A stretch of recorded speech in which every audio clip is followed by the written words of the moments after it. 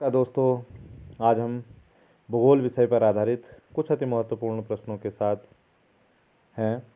इसमें question number first है, भारत में सबसे अधिक कोयले के भंडार हैं। भारत में जो सबसे अधिक कोयले के भंडार हैं वो दामोदर की घाटी में है। बेलाडीला खान यह छत्तीसगढ़ में है। इससे जो लोहा निकाला जाता है, यह लोहा किस बंदरगाह से निर्यात किया जाता है? तो इसका निर्यात विशाखापत्तनम आंध्र प्रदेश के बंदरगाह से होता है।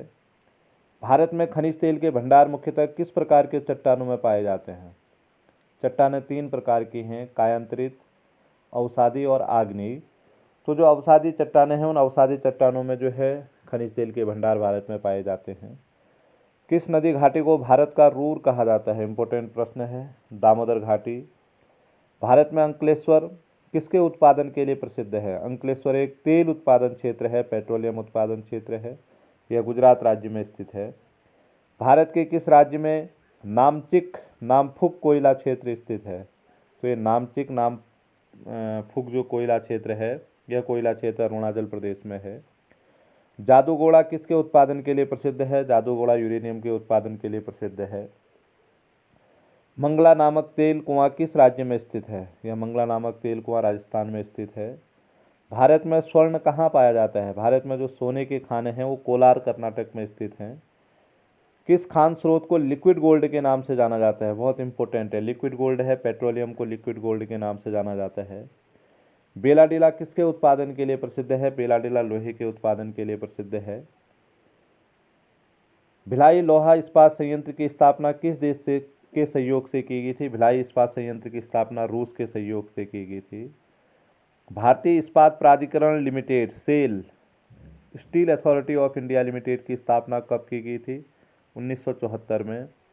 जो सार्वजनिक क्षेत्र में लोहे का उत्पादन होता है उसको बाजार में जो बेचने का काम करता है, यह सेल करता है। तो Steel Authority of India Limited SAIL की स्थापना 1974 में हुई थी। रूस की सहायता से किस लौह संयंत्र की स्थापना की गई थी? तो भिलाई और बोकारो रूस की सहायता से स्थापित किए गए थे। भारत में प्रथम उर्वरक संयंत्र 1906 में कहाँ स्थापित किया गया था? यह रानीपेट में स्थापित किया गया था। राउरकेला लौह इस्पात संयंत्र किस देश की स्थापना से किया गया था? राउरकेला की स्थापना जर्मनी के सहयोग से की गई थी। राउरकेला उड़ीसा में स्थित है। भारत के किस नगर को इलेक्ट्रॉनिक उद्योग की राजधानी कहा जाता है? बेंगलुरु। बेंगलुरु कर्नाटक में स्थित है। दुर्गापुर लौह इस्पात संयंत्र किस देश के सहयोग से स्थापना की गई थी? दुर्गापुर की स्थापना ब्रिटेन के सहयोग से की गई थी। भारत में प्रथम सीमेंट संयंत्र 1904 में कहाँ स्थापित किया गया था? चेन्नई में स्थापित किया गया था। चेन्नई तमिलनाडु में है। कैगा किसके लिए प्रसिद्ध है? कैगा कर्नाटक में है और यह एक आणविक केंद्र है।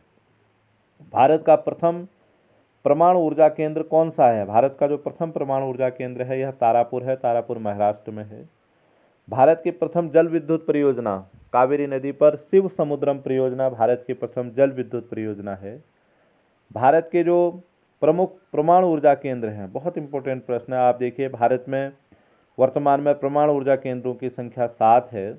इसमें नरोरा उत्तर प्रदेश, रावतभाटा राजस्थान, काकरापार गुजरात, तारापुर महाराष्ट्र, कैगा कर्नाटक, कलपक्कम तमिलनाडु, कुडनकुलम तमिलनाडु।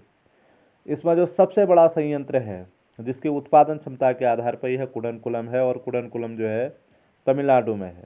भारत में प्रथम जल विद्युत केंद्र की स्थापना 1897 में दार्जिलिंग में हुई थी।